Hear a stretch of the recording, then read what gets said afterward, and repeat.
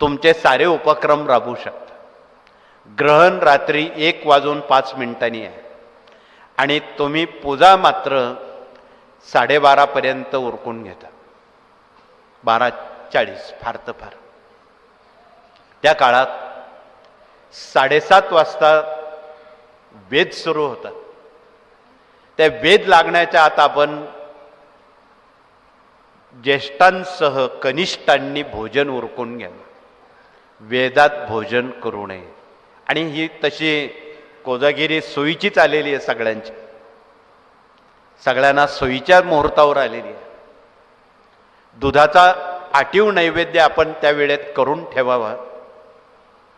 चंद्रप्रकाशात 12:15 ते 12:30 15 मिनिट तो ठेवावा. परंतु वेद सुरू झाल्यामुळं तो नैवेद्य प्राशन करता येणार नाही.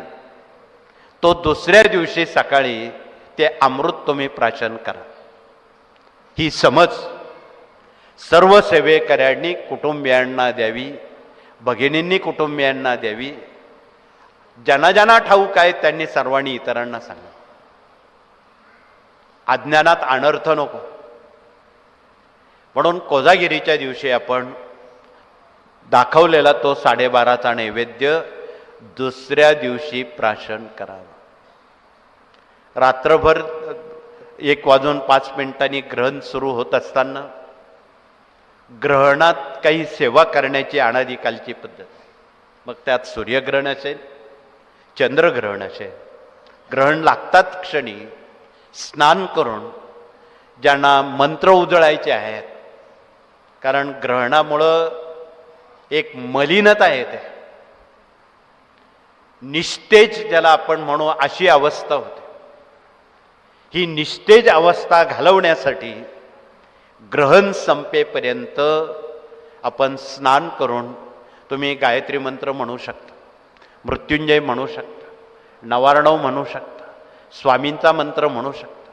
संजीवनी अमृत संजीवनी मंत्रासह नित्यसेवेत अपेक्षित जे मंत्र आहेत, तुम्ही जे कधी काळी करता, प्रसंगानुरूप करता, ते सारे मंत्र यथाशक्ती आपण तेवढ्या वेळेत बसवावेत, त्या वेळेत करावेत. हे आपणाला माहीत असावं. आणि ग्रहण संपलं की मग परत हातपाय धुणं किंवा स्नान करणं हे अगत्याचं आहे. पण रात्र असल्यामुळं सकाळी स्नान केलेलं उचित राहील. या साऱ्या बाबी 28 ऑक्टोबरला आपण त्या दिवशी इथे 4था शनिवार सत्संग आहे. म्हणजे पुन्हा एक अमृत योग आपल्याला आलेला आहे की 4थ्या शनिवारी कोजागिरीला आपला 4था सत्संग आहे. असंख्य सेवेकरी इथे मुक्कामी येणार आहे. आणि गुरुपीठासह अनेक केंद्रांमध्ये कोजागिरी हा सण मोठ्या आनंदानं, सामुदायिक सेवेनं, सामुदायिक भक्तीनं, सामुदायिक सहजीवनानं केला जाणार आहे. सप्तशृंगगडावर गेल्या अनेक युगांपासून कोजागिरी साजरा होतो. काल असंख्य भगिनी, काल गडावर 1000 भगिनी जाऊन पाठ करून आले. तिथे मोठ्या कढईमध्ये लाखो लिटर दूध तापवलं जातं, कारण लाखो माणसं असतात. आणि ते चंद्रप्रकाशात त्याचं अमृत तयार होतं हे तुम्हाला माहीत आहे.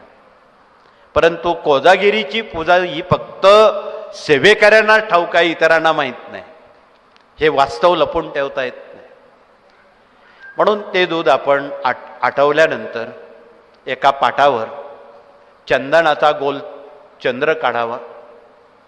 त्या दिवशी काही क्षण इंद्र, चंद्र, लक्ष्मी आणि कुबेर वर्षातून फक्त एकदाच भूतलावर येतात. त्यावेळी ऋषीमुनींना चिंता पडली की हे स्वर्गीय दैवत भूतलावर येणार, मग त्यांचं स्वागत आपण ऋषींनी कसं करायचं. म्हणून ऋषी मुनींना खूप चिंता वाटली. ती अशी की भूतलावर अमृत नाही, ते कुठून आणायचं. चंद्राच्या लक्षात आलं चंद्रानं विचारलं, ऋषीमुनींनो तुम्ही चिंता का करता? म्हणे असा असा प्रश्न आहे, आमच्याकडं अमृत नाही. ठीक आहे म्हणे, कलियुगाचं अमृत गाईचं दूध आहे, ते तुम्ही आठवा.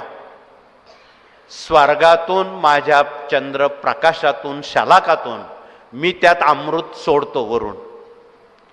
माझ्या प्रकाशात ठेवलेलं दूध त्याचं अमृत बनेल आणि ते अमृत तुम्ही त्या देवांना द्या, इंद्राला द्या, चंद्राला द्या, लक्ष्मीला द्या.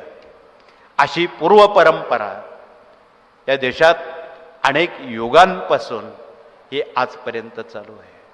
म्हणून आपण 3 सुपाऱ्या मांडून इंद्र, चंद्र, कुबेर आणि लक्ष्मी